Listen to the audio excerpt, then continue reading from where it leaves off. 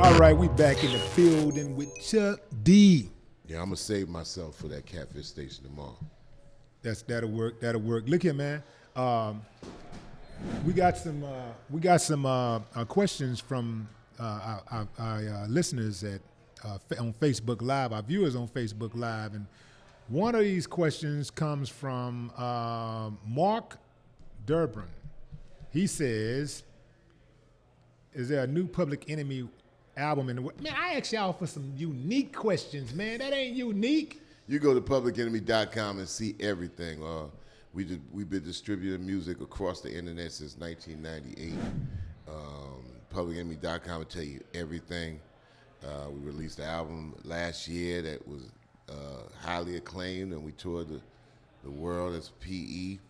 We hit 750,000 people as Public Enemy this year, and I moved over to Prophets of Rage and hitting another 700,000 by the time this is all over and done. Mm-hmm. So that's over 1 million people this year just with Prophets of Rage and Public Enemy. But I couldn't do the Bo Jackson all the time, so now I'm in Prophets of Rage mode, and that's Be Real of Cypress Hill, Tim Comerford, Brad Wilk, and Tom Morello of Rage Against the Machine, and myself and DJ Lord from Public Enemy. So, yeah, albums always come out. But, we're in a different day and age, man. If you feel it, record it, and make it available as a song. Mm-hmm. And that's where we at. And everybody wants to check out the Spotify or Pandora or Apple Music. And we have RCS where you go and check out the album. So rcsmusic.com. And also publicenemy.com and Spit Digital, where we also set people up to do their own labels, and Rap Station, where we play and support over 1,000 artists from past, present, and future. Mm-hmm. Okay. All right, so Robert Childs wants to know, how do you feel about the direction that hip-hop is going in right now with the new school? I think that every generation got its own thing. Okay. And if every generation got its own thing, then they got to know that their number one obligation is to satisfy their audience. I think what's missing, I think we need more groups. I'm a fan of a soloist if you already prove yourself in a group. Okay. Okay. All right. Because when you look at a group, there's just different dynamics to hold your attention in a crowd. And then, of course, like in cases like yourself, I mean, you came in as a soloist, but you're part of a group and also a soloist. So that you got a backlog that people pay attention to, and you're a legend. But I think a new artist, when they come in thinking they can handle it all by themselves immediately, I just think we need more groups out there. I think we need more women to be acknowledged in the hip-hop game because they're out there. So we do all that on Rap Station. So we cover the past, present, and future beautifully because we understand that there's a difference between the classics and also the new gens. Right. And the new gens got their own way. So somebody tell me and say, well, they call it mumble rap. But I said, man, this song's from the 60s. I still don't know the title of the song. And I still don't know what they're singing. Right. I mean, this song's from the 60s, man. I listen to every day, and I still don't know the name of the song, and I don't know what the hell they're saying. And it don't matter. I feel good when I hear it. So when somebody said, well, they hearing this song by this new artist, they don't get what they're saying, I'm like saying, well, give it a chance. If it relates to you, let it marinate. I think there's accountability and responsibility for artists to their fans. Because my thing is this, and this is the bottom line, Will. If you got these fans through your video, through your social media, I call SockMed, through whatever reason, then your job is to turn them fans out. Mm-hmm. You can't turn your fans out, then there's a problem. You just can't just be up in there and just say, oh, we're going to just do what we got to do or whatever. You got to turn the people that follow you out to make them believers. Yeah, that's a very good point because I'm going to tell you this. I remember I did this song called Go Back to School. Yeah. Right on this was my second solo album. And radio station didn't play it. And my fans in particular didn't go buy it. Right. They didn't buy the song. Right. So a lot of people were like, you need to do something for the kids, do something for the children. And you already did it. Yeah, exactly. I did it. But see, exactly. But when you perform it, see, not everything is just supposed to be like, I recorded it and you go get it. When they see you, then you are the personification of that song anyway. And that is where it came from back in the day. I mean, people didn't go out and buy records. They had to say, I support this artist because when I see them, they got such exuberance about themselves, they turn me out. Oh, by the way, they got a record too. I'll support that on GP. Right. It didn't go around, and then it got twisted in the '80s where somebody would make a record, then all of a sudden you're supposed to support them live. It used to be like, when you go to a spot, you got something to do with your time.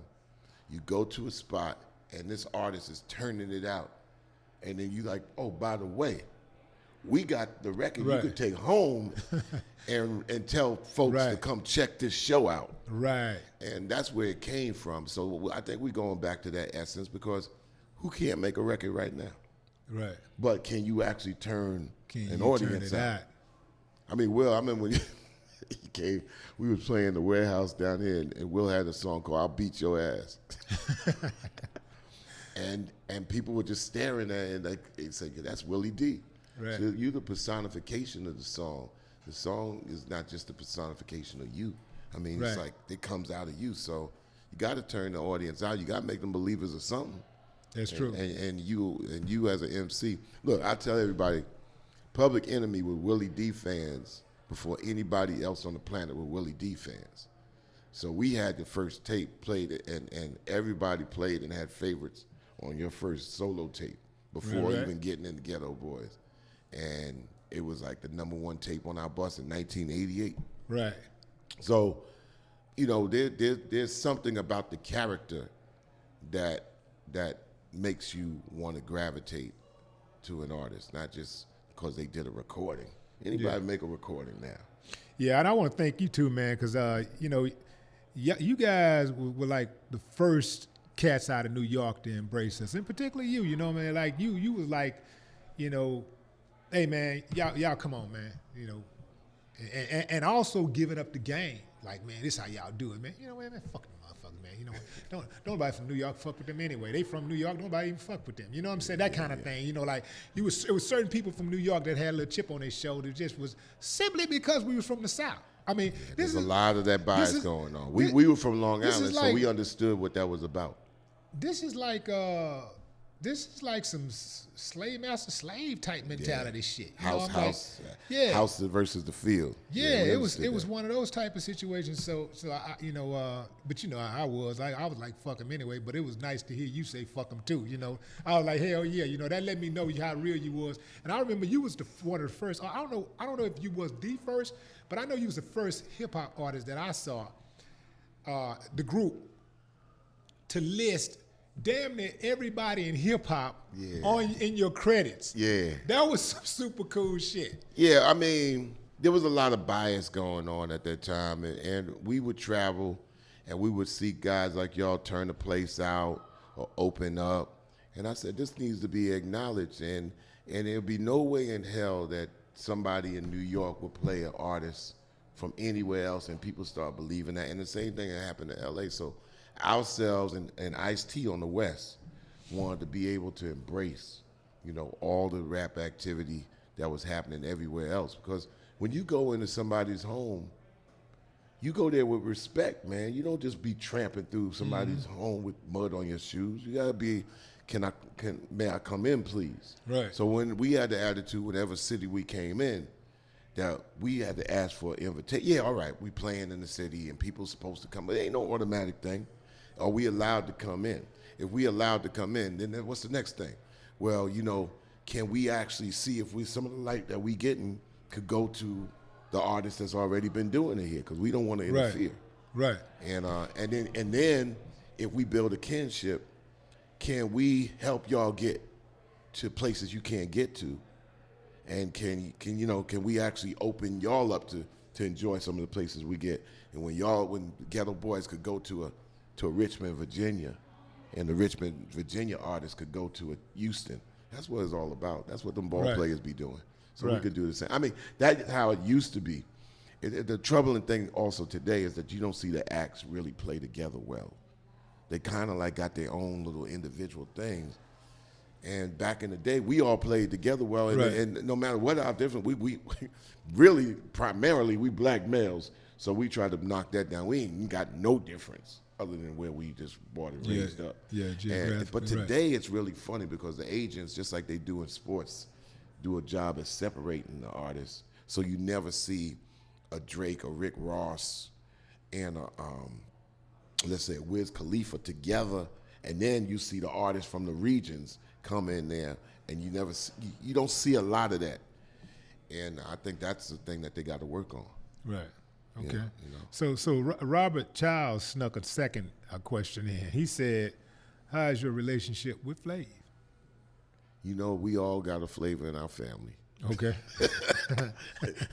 You know what I'm talking about. All right. So it's just like in our family. Flav was just here. Flav was here like a month ago. Came down and hosted something over at Warehouse Live for Branzil. You was there? His godson. Yeah. I wasn't here because I was out of town. But That's right. I heard Branzil about was it. in town, and then also Griff was here last week. Yeah, I interviewed Griff. Okay, yeah, we're a family, man. So, Yeah. you know, we're families that's together 30, 35 years. You know, they always your brother. Right. We worked together. Like I said, we was in front of a lot of people this year. Right. And, you know, like the flavor's always going to be flavor. Now, you don't need two flavors. Right. And I'm pretty sure, like, whether you saw Bushwick Bill last week or 10 years ago, so people going to be asking you about Bush. Yeah, man. So I'm going to go into this next question with that one, man. He said, let's go to the next one. How do you feel? This is what not Robert Childs. This is what Chris Cunningham said on my Facebook Live. He said, "What is the unifying factor for the black community due to all that is going on?" Unifying factor that we need to do? He said what he's saying is that, I guess he's saying, what do we need to do? What would unify us? One thing that Do unifies us is like all we all could get a passport just to get one symbolically, because I think that's an easy route to do. Now, somebody said getting the passport, suppose you can't get out of your town. Just symbolically spend the $60 or the $70, get a passport, and then you start to see some of the hypocrisy in the United States of America trying to not let us be free people to the world. Mm-hmm. But I think symbolically, if we all just got a passport, you'll see a whole bunch of crazy shit. Amber alert. I think they'll Like, start raising the price and stuff too, making it harder to get it. It'll be crazy. Yeah. It's harder to get it now. Right. Which means, like, look, if we don't open ourselves to the rest of the world and say we world earthicans and we deserve to be everywhere as we are, mm-hmm. and we don't recognize that, then we can't be just slaves here. Mm-hmm. And I'm saying symbolically, it's a gesture to make us understand that we're not limited. Then, okay, what can we do? Well, you know, that's the beginning of knowledge of self. You ain't got no knowledge of self, you can't begin anything. This is what I wanted to ask, man. I tell you what, this is one of the reasons why I was so excited to get you on the show, man, because I know I'm gonna get some insight. This is one of the things I got an issue with. Just one of the things? It was one of the things. America going into Africa starting wars. You know, what's your take on that? Been happening. Yeah. Look, man, when they talk about devil, right, you talking about believers of a system that just contribute deeds of evil, meaning that anywhere that they done went into as a believer of their philosophy and a people, the ubiquitous those that believe in that, mm-hmm. and they could be green or purple, but you know, usually it's black is the hate that hate produce anyway. So those that believe in that they ain't never left a place better than how they found it. Mm-hmm. That's the bottom line of anything you do. Go into something, you leave it better than how you found it.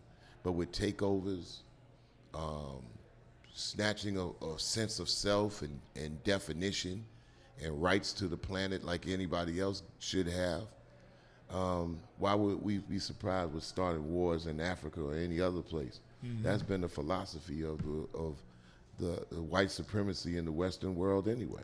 Right. You will serve, at the end of the day, you will serve me. You will look at me as your king and your God. And there's a lot of testosterone up in there. So no matter how many images they throw up there in symbolic situations, like be it President Obama, who I think is a good dude, but you know, he's in a crazy seat, right, of course, right? And then they say, okay, you got the first the first woman president coming on. These are images just to get people distracted. You still got to have a sense of self and who you are. And then before you start thinking about changing the world, you got to change your head first. Mm-hmm. You can't change your crib. How you going to change the world? Yeah. There cats out there talking about change. I said, you can't change your crib. You change your crib, you change your block. Maybe you could change your region and your town, and like-minded could create change and change for the betterment, because you really not here for self. You here for the seeds that come after you, and if that's how it's supposed to be. Right. But don't get it twisted. When you cross the 50-yard line, yeah, we fortunate, right? We fortunate as black men. But then again, the truth is that we have more yesterdays than tomorrow. So you better get it popping. Mm-hmm. You know what I'm saying? Yeah. Well, when I look at America in this situation with Africa, the United States of America. Yeah, the United States. Because the Americans got the United States of America, I call them USAers. They got the audacity to think that this is America, and they don't even count Canada and Mexico. Exactly. Right. And talk about building a goddamn wall yeah. between Texas, California, New Mexico, and California, when you had a president that celebrated in the late 80s called Reagan, talking about Mr. Gorbachev tear down this wall. Now they want to build a wall. What the fuck you talking about, man? Yeah. That's why it's the double standard, man. Yeah. It's the hypocrisy. The devil standard. It's the double standard. It's the double standard, man. It's the hypocrisy, man. You want to get get somebody on their heels? Yeah. Bring up devil. Yeah. Right. And devil is that when you hold up the mirror, it's deeds of evil that have been perpetuated on the people's poor righteous teachers and the people of the planet. Right. Deeds of evil. That means you straight out devil. Right. Well, I look at the situation in Africa. I know when the Libya in particular haunts me when I think about that, because they murdered them. I wasn't vocal enough, and I guess I don't know what was going on in my life at the time, but I just was not up on Gaddafi enough. I wasn't really up on him enough. By the time I found out really what he was about, they was on the hunt to kill him. Yeah. Man. And when they invited him down to the United Nations, we were there that day. Me, Griff, Brother James, we was all there that day, invited by Brother Akbar from the Nation of Islam, down there in New York that day, where they allowed Gaddafi to talk on and on and on and on, and we knew right then they said they're gonna knock him off. Right. Yeah. What's interesting is that all of America's enemies were once their friends. All of our enemies were once our friends. It's like it's weird, but I don't even know what that means. I mean, not even friends. You mean the offspring, like the Bin Laden situation. Now you're beyond a friend.